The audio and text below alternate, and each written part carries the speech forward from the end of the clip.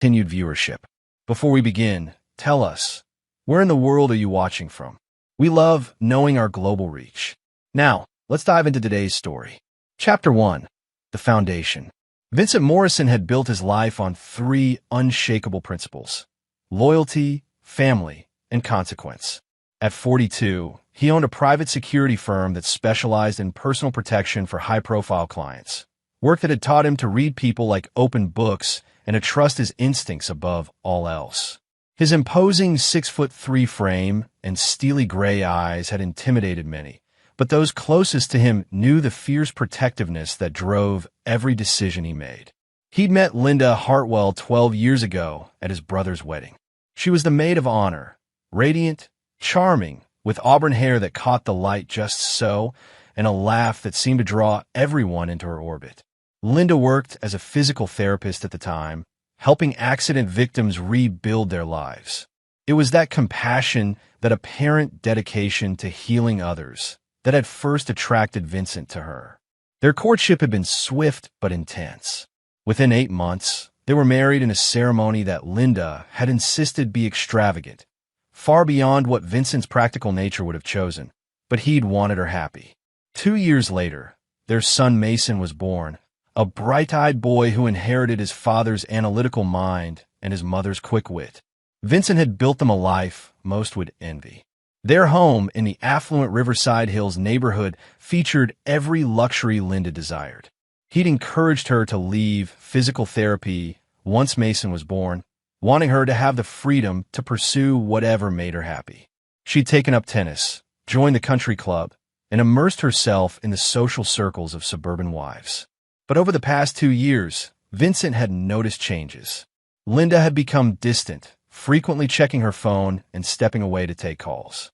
She'd started spending more time at the country club, often returning home well after dinner with elaborate explanations about charity events and women's group meetings. Her affection toward both Vincent and Mason had cooled, replaced by a kind of irritated tolerance. Vincent's business instincts had whispered warnings, but he'd silenced them. This was his wife, the mother of his child, the woman who'd promised to stand by him through everything. He'd chosen to trust rather than investigate, a decision that would soon prove to be his greatest mistake. The accident happened on a Tuesday evening in October.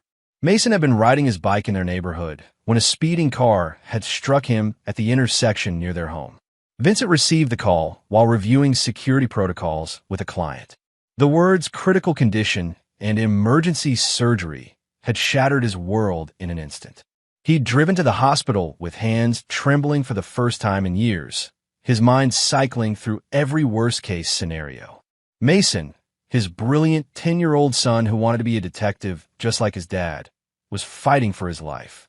The doctors explained that Mason had suffered severe head trauma and internal injuries. The next 48 hours would be crucial. Vincent had called Linda immediately, but it went straight to voicemail. He'd tried 3 more times during the harrowing first night as Mason underwent surgery after surgery. Each time, no answer. It wasn't until the next evening, nearly 24 hours after the accident, that Linda finally appeared at the hospital. She'd rushed into the ICU waiting room wearing a tennis outfit, her hair perfectly styled, not a trace of the frantic worry Vincent would have expected from a mother whose child was fighting for his life. Her explanation, that she'd been at a spa retreat with friends and hadn't checked her phone, had struck Vincent as odd, but in his exhaustion and fear, he'd pushed the doubts aside. Now, as he sat beside Mason's bed on the 3rd day, watching the steady rise and fall of his son's chest connected to machines that kept him alive, Vincent felt something cold settling in his chest. Linda had left the hospital that morning, claiming she needed to handle some urgent matters at home. She'd barely touched Mason's hand, barely looked at the monitors that tracked their son's fragile hold on life. Vincent studied his son's pale face, so young and peaceful despite the trauma his small body had endured. Mason was all that mattered now. Everything else, every doubt, every warning sign he'd ignored, could wait. But deep in the recesses of his mind, Vincent Morrison was beginning to compile a list of questions that would soon demand answers. Chapter 2. The Breaking Point. The call came on the 4th day, just as the afternoon light was beginning to fade through the hospital room windows. Vincent had been reading to Mason, hoping his voice might somehow reach through the sedation and medical haze. The doctors had cautiously mentioned that Mason was showing signs of improvement, but he remained unconscious. Vincent, Linda's voice on the phone carried that particular tone he'd learned to recognize, the one she used when she wanted something and expected compliance. "How is he?" she asked, though Vincent noted she didn't wait for a complete answer before continuing. "Listen, I need to talk to you about something important."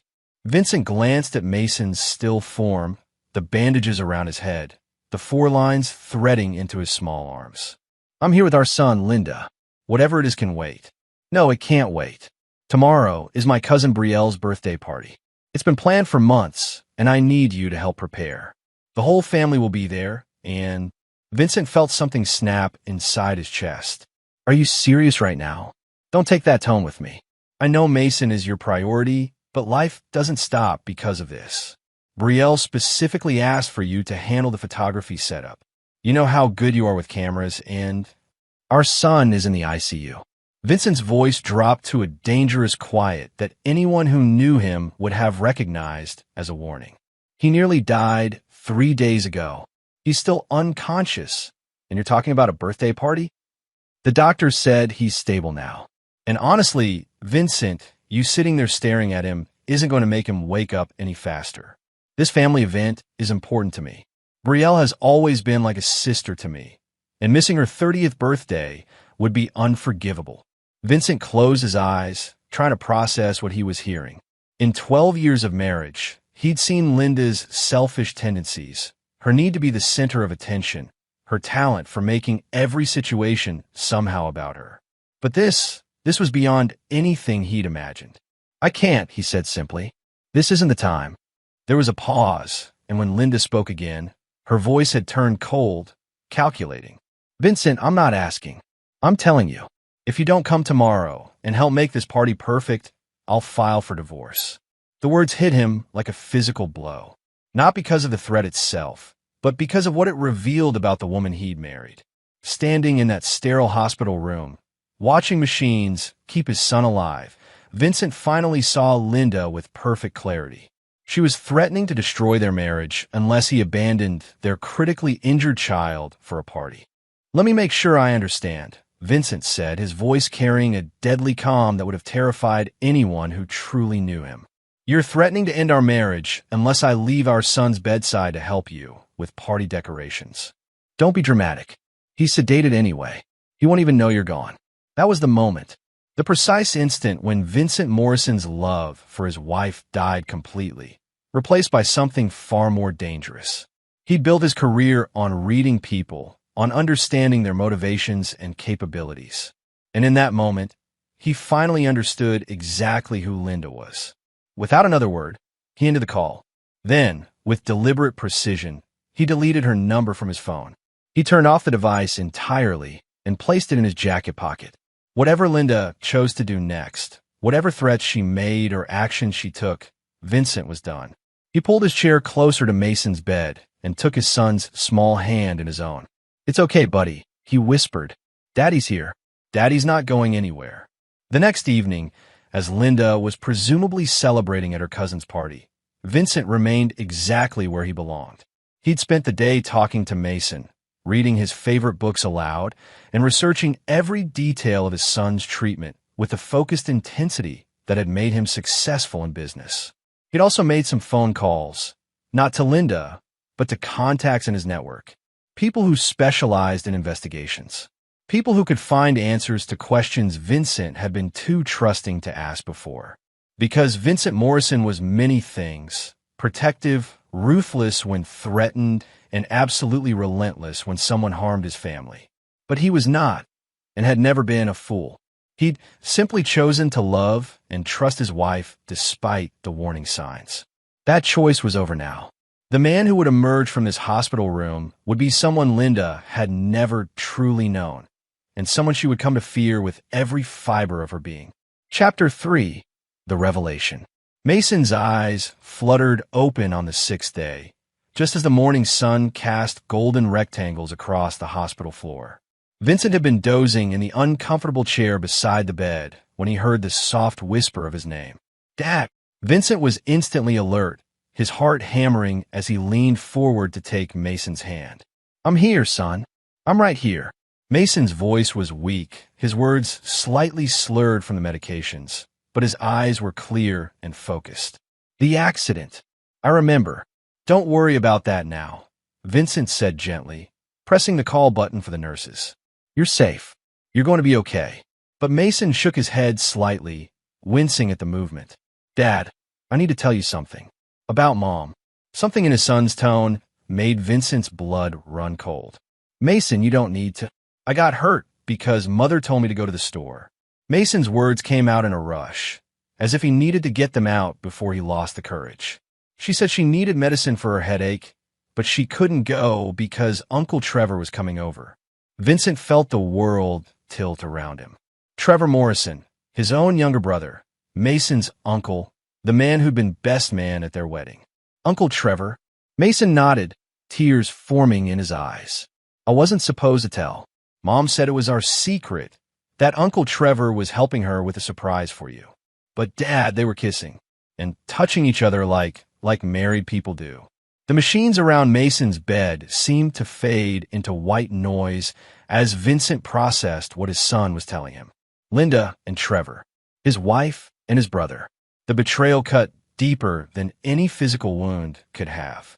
Mom sent me to get medicine so they could be alone, Mason continued, his young voice carrying guilt that no child should bear. I was supposed to take the bike path, but I was upset and took the shortcut through the street instead. That's when the car hit me. Vincent's hands clenched into fists, but his voice remained gentle for his son's sake. Mason, listen to me carefully. None of it, is your fault. Do you understand?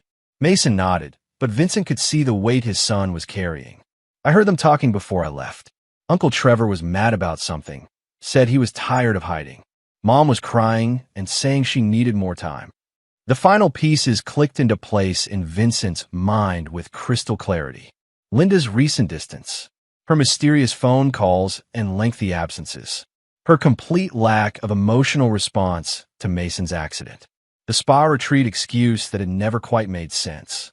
And now, the ultimate insult, threatening divorce if he didn't abandon their injured son to help her maintain appearances at a family gathering. A nurse entered the room, followed quickly by Dr. Patricia Wells, who began examining Mason with gentle professionalism. Vincent stepped back, giving them space to work, but his mind was racing far beyond the hospital room. Remarkable recovery, Dr. Wells murmured as she checked Mason's pupils and reflexes. The swelling has reduced significantly, and his cognitive responses are excellent. We'll want to keep him for observation for another few days, but this is very encouraging. Vincent nodded, managing to smile for Mason's benefit, but inside him something fundamental had shifted. The protective father who'd spent days praying for his son's recovery was still there, but he was now joined by something far more dangerous, a man who'd been betrayed by the two people he'd trusted most in the world. After Dr. Wells left and Mason drifted back to sleep, Vincent walked to the window overlooking the parking lot. 3 stories below, he could see his black Mercedes, the same car he'd driven frantically to the hospital 6 days ago when he'd still believed his world was intact. His phone, silent for the past 2 days, showed 17 missed calls from Linda and 4 from Trevor. He read through Linda's increasingly frantic voicemails, concern about his silence, then anger about missing the party, then attempts at manipulation about working through their problems. Trevor's messages were more direct. We need to talk. Linda told me what happened. This isn't what you think. Call me back, Vincent. Vincent deleted every message without responding. Then he scrolled through his contacts until he found a name he hadn't called in over a year. Anthony Russo, a private investigator who'd worked security details for some of Vincent's most demanding clients. Anthony specialized in cases that required absolute discretion and thoroughness. The call was answered on the second ring. Russo Investigations. Anthony, it's Vincent Morrison. I need to hire you for something personal. Vincent, of course. What do you need? Complete surveillance and background on 2 subjects. Financial records, communications, travel patterns, everything. I want to know what they've been doing, where they've been going, and who they've been talking to for the past year. Understood. Who are the subjects? Vincent watched his reflection in the window glass, noting the cold determination in his own eyes. My wife, Linda Morrison, and my brother, Trevor Morrison. There was a pause. Anthony had worked with Vincent long enough to know this wasn't a request made lightly. How deep do you want me to go? All the way to the bottom, Anthony. No limits, no boundaries. I want to know everything. You'll have preliminary findings within 48 hours. Vincent ended the call and returned to Mason's bedside. His son was sleeping peacefully now, the color already returning to his cheeks. Whatever came next, Vincent would make sure Mason was protected from all of it. But Linda and Trevor, they would face the full consequences of their choices. Vincent Morrison had built his reputation on understanding that every action had repercussions, and betrayal carried the highest price of all. The war was about to begin, and Vincent intended to win completely. Chapter 4. The Hunt Begins. Anthony Russo's preliminary report arrived exactly 48 hours later, delivered by encrypted email to Vincent's secure business account. Vincent read it in the hospital cafeteria during one of Mason's scheduled rest periods, and what he discovered made his blood turn to ice. The affair between Linda and Trevor had been going on for 14 months. Anthony had uncovered credit card records showing shared hotel visits, joint trips disguised as separate business travel, and hundreds of text messages between burner phones. But the details that cut deepest were the personal ones. Intimate photos, love letters, and planning documents for what they'd apparently started calling their real life together. More damaging still were Trevor's financial records. Vincent's brother had been systematically embezzling from their family construction business, the company their father had built and left to both sons.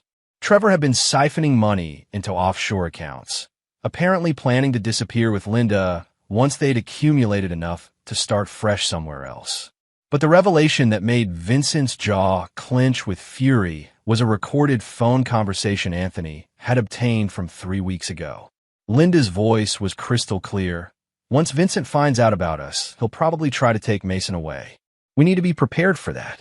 Maybe it would be better if something happened to eliminate the custody issue entirely. Trevor's response had been just as chilling. You mean something permanent? I'm just saying accidents happen, especially to little boys who don't watch where they're going.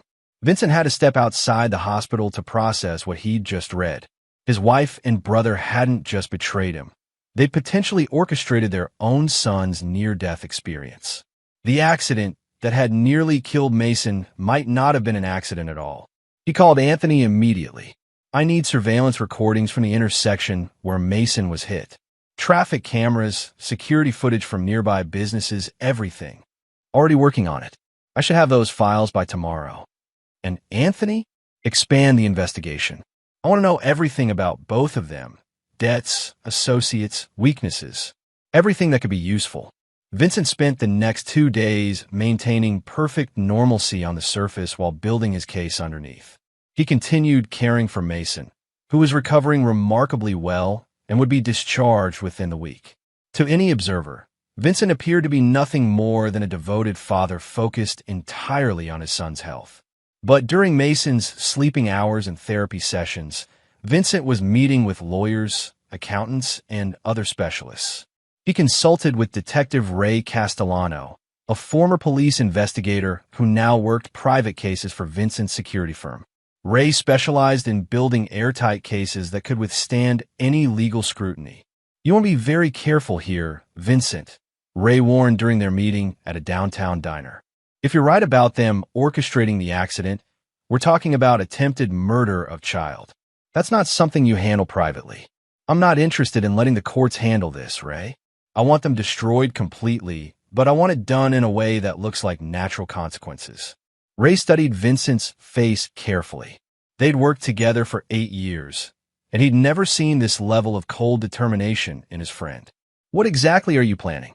Trevor's been stealing from the family business. That stops now, and he pays back everything with interest. Linda wants a divorce. She'll get one, but she'll walk away with nothing. And if they did engineer Mason's accident, Vincent's voice dropped to a whisper that somehow sounded more threatening than any shout. Then they'll understand what real consequences look like. The traffic camera footage arrived that evening, and what it revealed confirmed Vincent's worst suspicions. The car that had struck Mason hadn't been speeding by accident. The driver had actually accelerated toward the crosswalk where Mason was crossing. More damning still, a license plate search revealed the vehicle was registered to a shell company that traced back to one of Trevor's business associates. Vincent now had proof of attempted murder. But instead of taking the evidence to police, Vincent began planning something far more comprehensive. He spent the night drafting what he privately called the Trevor Protocol, a systematic plan to strip his brother of everything he valued while exposing his crimes in the most publicly humiliating way possible. The plan had 3 phases. Phase 1 would target Trevor's finances and reputation within their shared business community. Phase 2 would destroy his relationship with Linda by revealing the extent of his criminal activities to her. Phase 3 would be the final reckoning, a confrontation that would leave Trevor with nothing but the knowledge that his own actions had caused his downfall. For Linda, Vincent had something even more personal in mind. She wanted to play games with their marriage. Vincent would show her exactly what happened when someone tried to manipulate a man who understood power better than she ever could. On Mason's final day in the hospital, Linda finally appeared for what she claimed would be a family discussion. She arrived wearing a new designer dress and jewelry Vincent didn't recognize, her manner combining false concern for Mason with barely concealed irritation at Vincent's continued silence. "We need to talk about us," she announced after giving Mason a perfunctory kiss on the forehead. "This silent treatment is childish, Vincent. I know you're upset about the party, but there is no us anymore, Linda." Vincent's voice was calm, almost pleasant. "File for divorce whenever you want. My lawyer will be in touch with the settlement terms." Linda's eyes flashed with triumph, clearly believing she'd won. "Good. I was hoping you'd be reasonable about this." "Oh, I'm going to be very reasonable," Vincent agreed, smiling in a way that didn't reach his eyes. "You'll find me extremely reasonable." As Linda left the hospital that afternoon, confident in her victory, she had no idea that Vincent Morrison had just declared war. And in war, Vincent had never lost a single battle. Chapter 5. The Perfect Trap. Vincent spent Mason's first week home from the hospital establishing the perfect facade of a man resigned to his fate. He hired Mrs. Eleanor Fitzgerald, a highly recommended private nurse, to help with Mason's recovery while he handled the divorce proceedings. To Linda, he appeared defeated, going through the motions of their separation with bitter acceptance. What Linda didn't know was that Mrs. Fitzgerald had previously worked security for Vincent's firm and was documenting everything that happened in their home. Every conversation, every visitor, every phone call Linda made was being recorded through sophisticated surveillance equipment Vincent had installed throughout the house. The recordings from just the first 3 days were devastating. Linda had invited Trevor over within hours of Vincent supposedly giving up, and their conversations revealed the full scope of their plans. They discussed selling the house immediately, moving the offshore money to untraceable accounts, and starting fresh in Costa Rica, where they believed Vincent couldn't touch them. But more damning were the details about Mason's accident. In a moment of drunken confidence, Trevor had boasted about how easy it had been to arrange. "Your boy getting hurt was the perfect excuse for Vincent to be out of the picture," he'd said. "And if he'd been hurt worse, well, single mothers get a lot more sympathy than divorced wives." Vincent listened to the recording 3 times, his hands steady despite the rage building inside him. They hadn't just betrayed him, they tried to murder his son for convenience. Whatever happened next, they had earned every moment of suffering he was about to deliver. The first phase of Vincent's plan launched during the second week. Trevor arrived at the Morrison construction offices Monday morning to find the locks changed and federal investigators waiting with a search warrant. Vincent had provided them with detailed financial records showing the embezzlement, tax evasion, and fraud Trevor had been committing for over a year. "I don't understand," Trevor had called Vincent, panic clear in his voice. "Why would you turn me in? We're family. You stopped being my family the moment you decided to steal from our father's company," Vincent replied calmly. "The FBI is very interested in your offshore accounts, by the way." Turns out hiding money from the IRS is still illegal. While Trevor scrambled to find lawyers and damage control, Vincent was already implementing Phase 2. He arranged for Linda to receive copies of Trevor's arrest records, his financial crimes documentation, and, most importantly, recordings of Trevor bragging about having other women in 3 different cities. Linda's call came within an hour of receiving the package. "Vincent, we need to talk. Something terrible has happened with Trevor."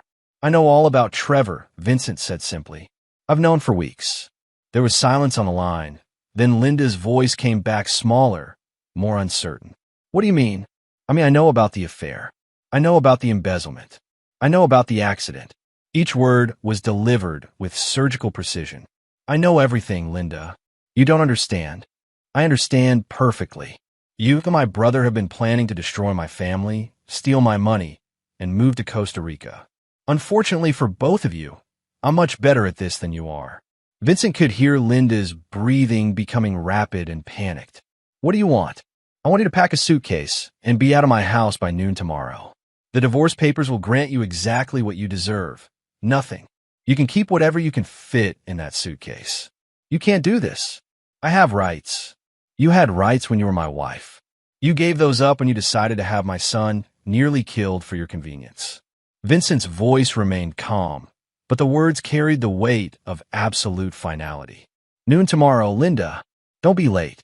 The next morning, Vincent watched from Mason's bedroom window as Linda loaded 2 suitcases into her car, her face streaked with tears and fury. She kept looking up at the house, clearly hoping Vincent would change his mind or come outside to negotiate. He didn't. Mason, propped up in bed reading, looked up at his father. "Is Mom really leaving forever?" "Yes, she is." "Are you sad?" Vincent considered the question carefully. Was he sad? The man who'd loved Linda Hartwell was sad, but that man had died in a hospital room a week ago. The man who'd taken his place felt only cold satisfaction at seeing justice served. "No, buddy. I'm not sad. People who hurt our family don't get to stay in our family." Mason nodded seriously, wise beyond his 10 years. "Like Uncle Trevor?" "Exactly like Uncle Trevor." That afternoon, Vincent received a call from Detective Castellano. "Trevor Morrison posted bail 2 hours ago. Word is he's been trying to contact Linda, but she's not answering her phone. She's probably figured out that he's been lying to her about everything else too," Vincent observed. "What's his next move likely to be?" "My guess. He's going to come looking for you. Men like your brother don't go down quietly, especially when they think they've been betrayed." Vincent smiled grimly. "Good. I've been waiting for him to make that mistake." Because Phase 3 of Vincent's plan required Trevor to come to him. And when he did, Vincent would be ready to finish what his brother had started the day he'd decided that harming a child was an acceptable price for his greed. The final confrontation was coming, and Vincent Morrison intended to win it permanently. Chapter 6: The Reckoning Approaches. Trevor Morrison made his predictable move on a Thursday evening, just as Vincent had calculated he would. Desperate, facing federal charges, and abandoned by Linda, he came to the family home looking for someone to blame for his downfall. Vincent had been expecting him. Mrs. Fitzgerald had taken Mason to his grandmother's house for a sleepover, leaving Vincent alone to handle what was coming. The security system Vincent had installed captured Trevor's arrival, drunk, angry, and carrying what appeared to be a baseball bat from his truck. Vincent watched through the security monitors as Trevor stumbled up the front walkway, muttering to himself. The external microphones picked up fragments, ruined everything. "My own brother should have finished the job." When Trevor started pounding on the front door, Vincent was ready. "Vincent, open this door. We need to settle this like men." Vincent opened the door calmly, noting Trevor's bloodshot eyes and the reek of alcohol. His younger brother had always been the volatile one, quick to anger and slower to think. That predictability had made planning this confrontation remarkably simple. "Hello, Trevor. You look terrible. You son of a bitch." Trevor raised the bat, but Vincent was faster, stepping aside as Trevor's drunken swing left him off balance. Vincent caught his brother's wrist and twisted, sending the bat clattering across the entryway floor. "That was a mistake," Vincent said conversationally, as if discussing the weather. Trevor stumbled backward, suddenly realizing he'd badly miscalculated. Vincent had always been the bigger, stronger brother, but Trevor had forgotten that Vincent's security work kept him in peak physical condition. "You destroyed my life," Trevor shouted. "Linda was the best thing that ever happened to me, and I didn't do anything to your life, Trevor. You destroyed it yourself the moment you decided to steal from our family business." Vincent advanced slowly, and Trevor backed toward the living room. "I just made sure there were consequences. The money was as much mine as yours. The money you stole wasn't from the business profits, Trevor. You've been embezzling from client accounts. Money that belonged to other people, people who trusted us." Vincent's voice carried cold contempt. "Our father built this company on integrity, and you turned it into your personal piggy bank." Trevor's face flushed with rage and shame. "Dad always liked you better anyway. You got everything handed to you, while I had to scrape for whatever." "Stop!" Vincent's command cut through Trevor's rant like a blade. "Don't you dare bring our father into this. He died believing you were a man of honor." "Honor?" Trevor laughed bitterly. "What honor is there in watching your older brother get everything while you get scraps?" Linda understood that. She saw how you treated me, how you always had to be the successful one, the perfect one. Linda understood that you were a useful idiot with access to money, Vincent interrupted. "She's been playing you for 14 months, Trevor.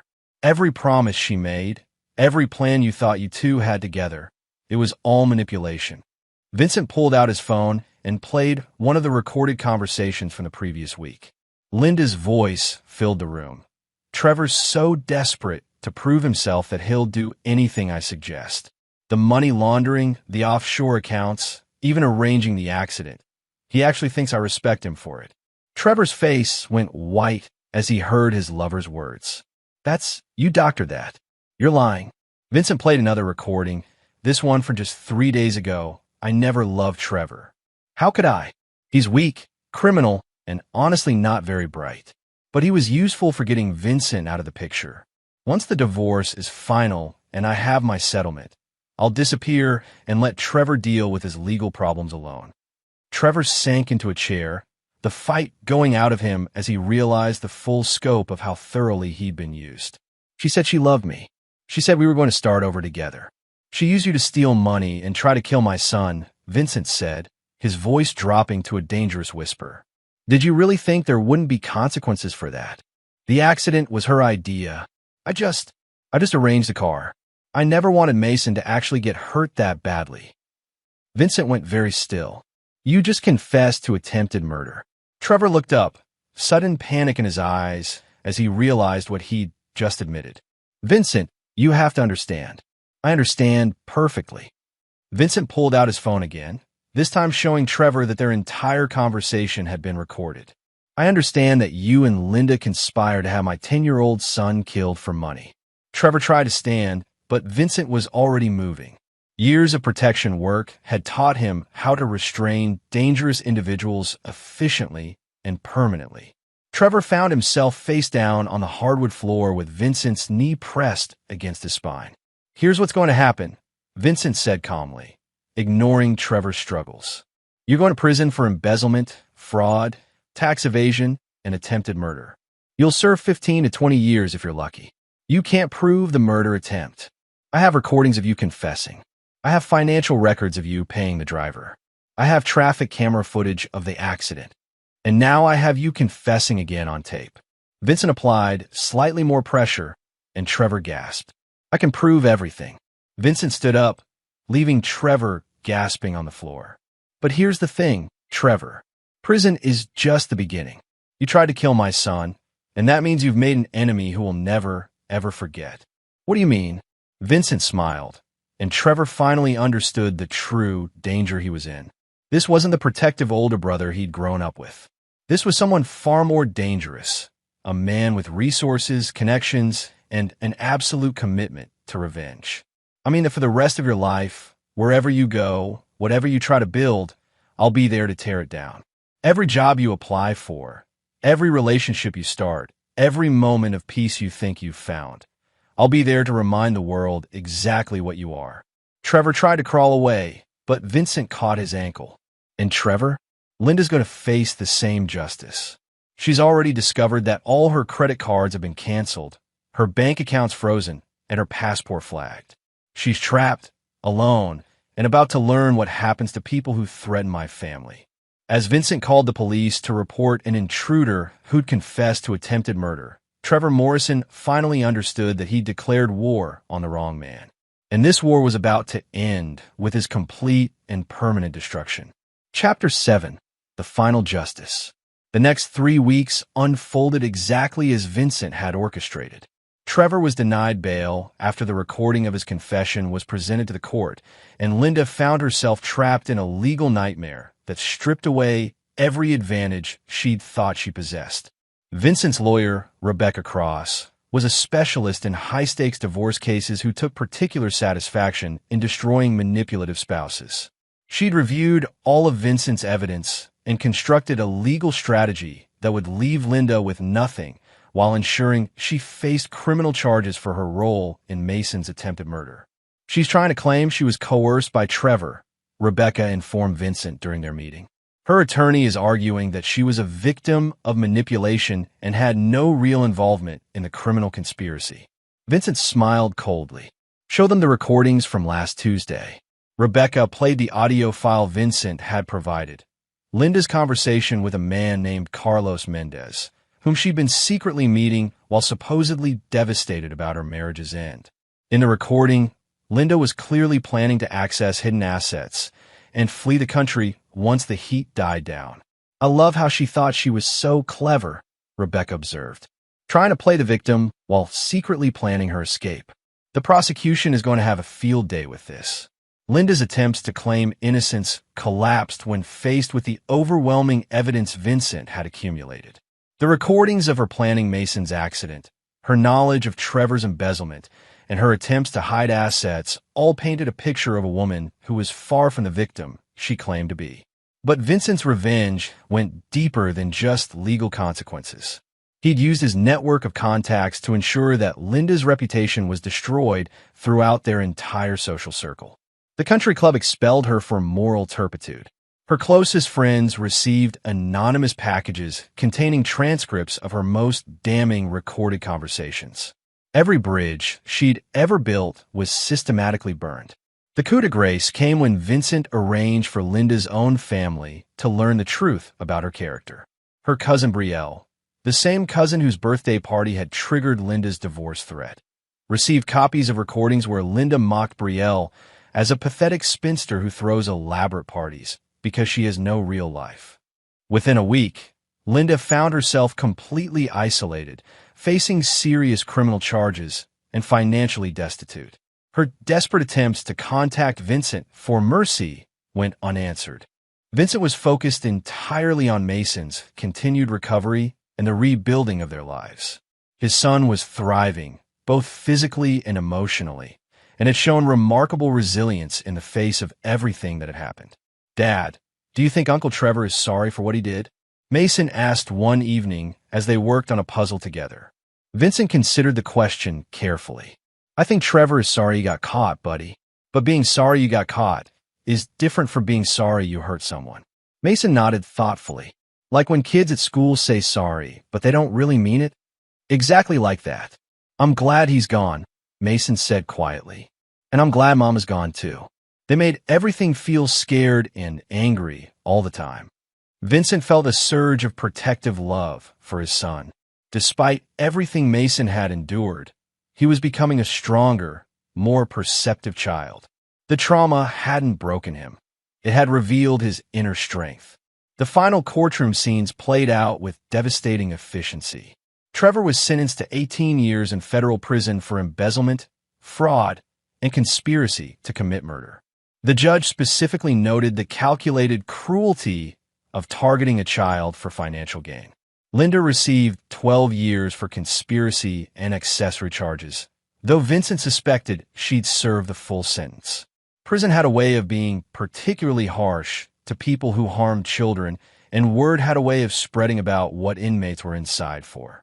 As Vincent watched them both being led away in shackles, he felt no satisfaction, no triumph, only a cold sense of completion. Justice had been served, consequences had been delivered, and the threats to his family had been permanently eliminated. But Trevor made one final mistake. As he was being escorted from the courtroom, he looked directly at Vincent and mouthed words that the security cameras would later clearly capture. "This isn't over." Vincent smiled then, the first genuine emotion he'd shown in months, because Trevor still didn't understand who he was dealing with. Even from prison, Trevor apparently thought he could continue to threaten Vincent's family. That night, Vincent made a phone call to contacts who specialized in ensuring that prison could be a very educational experience for inmates who needed to learn important lessons about consequences. Trevor Morrison would discover that Vincent's reach extended far beyond the courtroom, and that some wars never truly end. They just move to different battlefields. Chapter 8: Prison Lessons. Trevor Morrison's first month in federal prison taught him several important lessons. The most significant was that his older brother's influence extended far beyond the civilian world he'd known. It started with small things. His commissary orders consistently arrived incomplete or spoiled. His cell assignments kept changing, always to locations with problematic cellmates. Guards seemed to lose his request forms and forget to relay his messages. Mail delivery became sporadic at best. But the real education began when Trevor was approached by Marcus Webb, a lifer who controlled most of the prison's internal economy. Marcus was a soft-spoken man whose quiet demeanor masked a ruthlessly efficient intelligence network. "Trevor Morrison," Marcus said during their first conversation in the prison yard, "you're the one who tried to have a kid killed for money." Trevor tried to appear confident. "I don't know what you're talking about." Marcus smiled patiently. "See, that's interesting, because I have some friends on the outside who told me all about you. How you worked with that woman to arrange for a 10-year-old boy to get hit by a car. How you did it for money and a piece of tail that didn't even respect you. Who told you that? Let's just say your brother has friends in interesting places." Marcus's smile never wavered. "And those friends wanted to make sure everyone here understood exactly what kind of man you are." The conversation was a revelation for Trevor. Vincent hadn't just destroyed his life legally. He'd arranged for Trevor's imprisonment to be a daily reminder of the consequences of his choices. Every day brought new humiliations, new demonstrations that, even behind bars, Vincent's reach was absolute. Meanwhile, Linda was learning similar lessons in the women's federal facility 3 states away. Her attempts to maintain her appearance and social status were systematically undermined by accidents and oversights that left her looking haggard and desperate. But Vincent's true masterstroke came 6 months into their sentences. Through carefully orchestrated channels, both Trevor and Linda received the same message. Vincent Morrison had adopted a new identity and disappeared with Mason, leaving no forwarding address.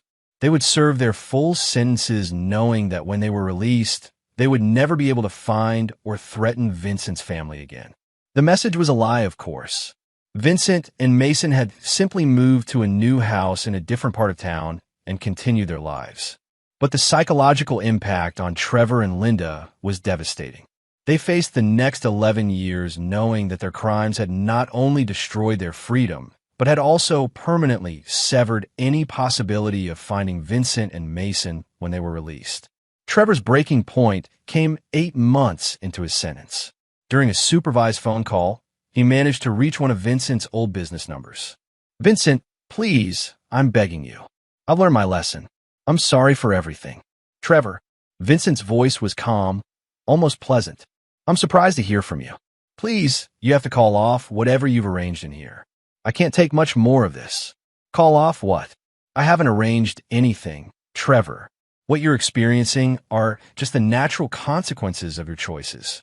People know what I did to Mason. They know about the accident. Of course they do. Attempted child murder is public record. I'm not responsible for how other inmates react to that information."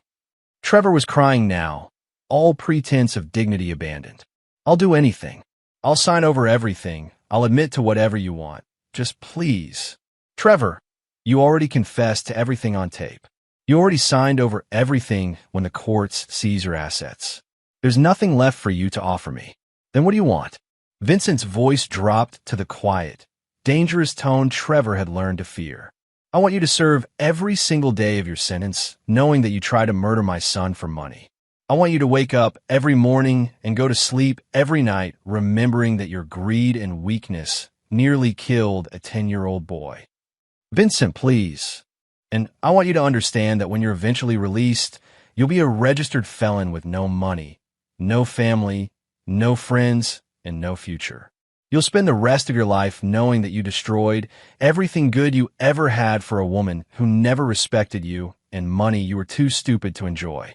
The line went dead, and Trevor Morrison finally understood that his war with Vincent had been over before it started. He'd brought a knife to a gunfight, and Vincent had spent months ensuring that the defeat would be permanent and complete. In her own facility, Linda received a similar call that same day. Her conversation with Vincent lasted exactly 90 seconds and ended with her screaming threats and obscenities into a disconnected phone line. That night, both Trevor and Linda learned that threatening Vincent Morrison's family, even from prison, carried additional consequences.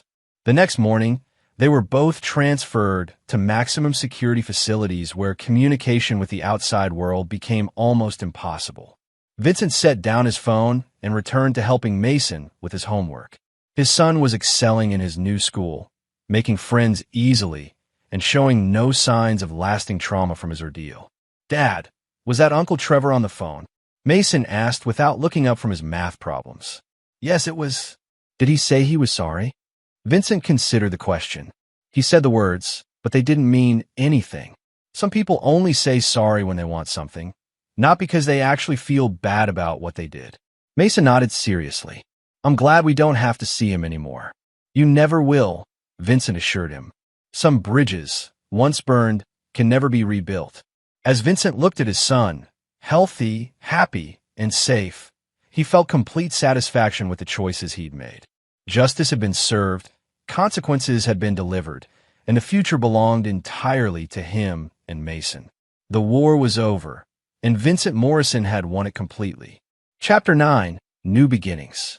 2 years after the trials, Vincent Morrison stood in the kitchen of their new home, watching Mason play basketball in the backyard with his best friend Jake.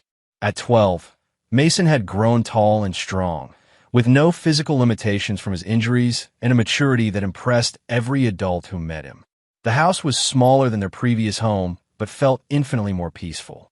Vincent had chosen the location carefully, a quiet neighborhood with good schools and neighbors who value privacy.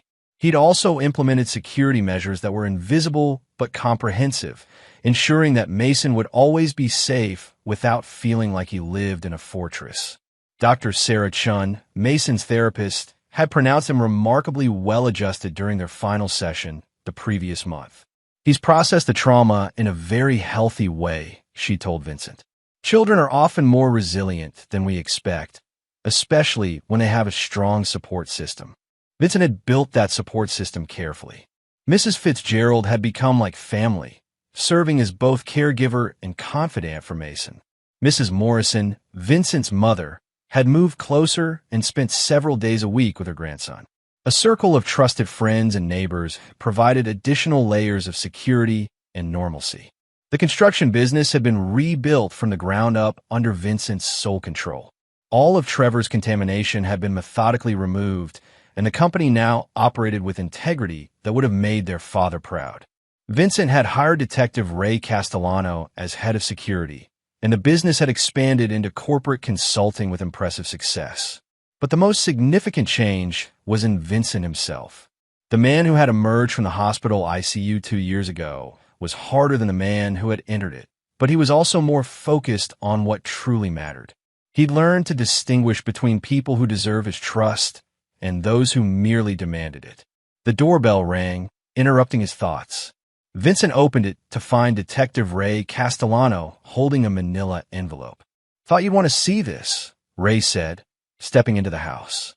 Vincent opened the envelope and found photographs from federal prison surveillance cameras.